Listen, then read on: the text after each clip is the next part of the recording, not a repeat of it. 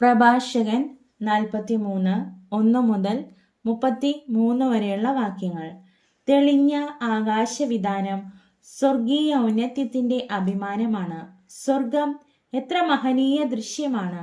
അത്യുന്നതന്റെ സൃഷ്ടി എത്ര വിസ്മയാവഹമാണെന്ന് ഉദിച്ചുയരുന്ന സൂര്യൻ പ്രഘോഷിക്കുന്നു. മധ്യാഹ്നത്തിൽ അത് ഭൂമിയെ വരട്ടുന്നു. അതിന്റെ അത്യുഗ്രമായ ചൂട് സഹിക്കാൻ ആർക്കു കഴിയും? ചൂള ജ്വലിപ്പിക്കുന്നവൻ എരിയുന്ന ചൂടിൽ ജോലി ചെയ്യുന്നു. സൂര്യനാകട്ടെ അതിന്റെ 3 ഇരട്ടി ചൂടിലാണ് പർവ്വതങ്ങളെ ദഹിപ്പിക്കുന്നത്. അത് അഗ്നിശരങ്ങൾ ചൊരിയുന്നു, ഉജ്ജ്വല രശ്മികൾ കൊണ്ട് കണ്ണഞ്ചിക്കുന്നു. ഇത് സൃഷ്ടിച്ച കർത്താവ് ഉന്നതനാണ്. അവിടുത്തെ കൽപ്പനയിൽ അത് ഗതിവേഗം കൂട്ടുന്നു. യഥാസമയം സ്വധർമ്മം അനുഷ്ഠിക്കാൻ ചന്ദ്രനെയും അവിടുന്ന് സൃഷ്ടിച്ചു. കാലം നിർണയിക്കാനും ശാശ്വതമായ അടയാളമായിരിക്കാനും തന്നെ. ഉത്സവ ദിനങ്ങൾ ചന്ദ്രനെ നോക്കി നിർണയിക്കുന്നു. പൂർണതയിൽ എത്തിയിട്ട് ക്ഷയിക്കുന്ന വെളിച്ചമാണത്. അത്ഭുതകരമായി വളരുന്ന ചന്ദ്രക്കലയെ അടിസ്ഥാനമാക്കി മാസങ്ങൾക്ക് പേര് നൽകുന്നു. ആകാശ സൈന്യങ്ങളുടെ പ്രകാശ ഗോപുരമാണത്. നക്ഷത്രങ്ങളുടെ ശോഭ ആകാശത്തിന്റെ സൗന്ദര്യമാകുന്നു. കർത്താവിന്റെ ഉന്നതങ്ങളിൽ മിന്നിത്തിളങ്ങുന്ന അലങ്കാര നിരയും.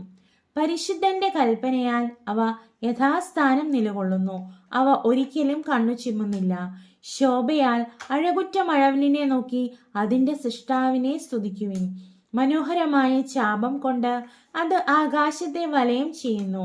അത്യുന്നതന്റെ കരങ്ങളാണ് അത് കുലച്ചിരിക്കുന്നത്. അവിടുന്ന് തന്റെ കൽപ്പനയാൽ ഹിമവാതം അയക്കുന്നു. തന്റെ വിധിയുടെ മിന്നൽ പിണരുകളെ ത്വരിപ്പിക്കുന്നു.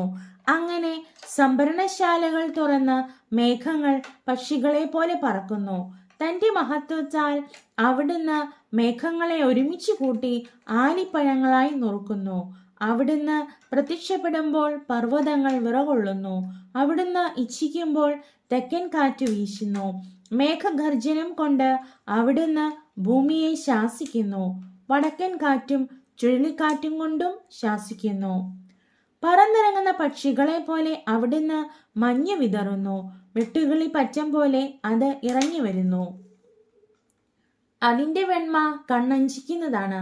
അത് വീഴുന്നത് കണ്ട് മനസ്സ് വിസ്മയഭരിതമാകുന്നു. അവിടുന്ന് ഭൂമിയിൽ ഉപ്പുപോലെ തുഷാരം വിതറുന്നു. ഉറയുമ്പോൾ അത് കൂർത്ത മുള്ളുപോലെ ആകുന്നു. തണുത്ത വടക്കൻ കാറ്റ് വീശി ജലോപരിതലം മഞ്ഞുകട്ടയാകുന്നു. ജലാശയങ്ങളുടെ മുകളിൽ അത് പൊങ്ങിക്കടക്കുകയും ജലം അതിനെ പടച്ചിട്ട പോലെ അണിയുകയും ചെയ്യുന്നു. പർവ്വതങ്ങൾ ചൂടുകൊണ്ട് ദഹിക്കുകയും മരുഭൂമി വരളുകയും സസ്യങ്ങൾ അഗ്നി കൊണ്ടെന്ന പോലെ വാടിക്കരിയുകയും ചെയ്യുന്നു. എന്നാൽ മൂടൽമഞ്ഞ് എല്ലാറ്റിനെയും അതിവേഗം സുഖപ്പെടുത്തുന്നു. മഞ്ഞ് പ്രത്യക്ഷമാകുമ്പോൾ ചൂട് ശമിച്ച് ഉന്മേഷമുണ്ടാകുന്നു. അത്യഗാധത്തെ നിശ്ചലമാക്കി അതിൽ ദ്വീപുകൾ പ്രതിഷ്ഠിച്ചത് അവിടുത്തെ നിശ്ചയമാണ്. സമുദ്രസഞ്ചാരികൾ അതിലെ അപകടങ്ങളെപ്പറ്റി സംസാരിക്കുന്നു. നാം അത് കേട്ട് വിസ്മയിക്കുന്നു. അസാധാരണവും അത്ഭുതകരവുമായ സൃഷ്ടികൾ അതിലുണ്ട്. എല്ലാത്തരം ജീവജാലങ്ങളും അതികായങ്ങളായ സമുദ്ര സത്വങ്ങളും അതിലുണ്ട്. സ്വന്തം ശക്തിയാൽ അവിടുന്ന് ലക്ഷ്യം പ്രാപിക്കുന്നു. അവിടുത്തെ വചനത്താൽ എല്ലാം നീതിമാർഗത്തിൽ നിശ്ചിത മാർഗത്തിൽ ചരിക്കുന്നു.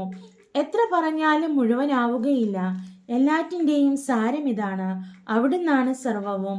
അവിടുത്തെ പ്രകീർത്തിക്കാൻ എവിടെ നിന്നാണ് നമുക്ക് ശക്തി ലഭിക്കുക? എല്ലാ സൃഷ്ടികളെയും കാൾ അവിടുന്ന് ഉന്നതമാണ്.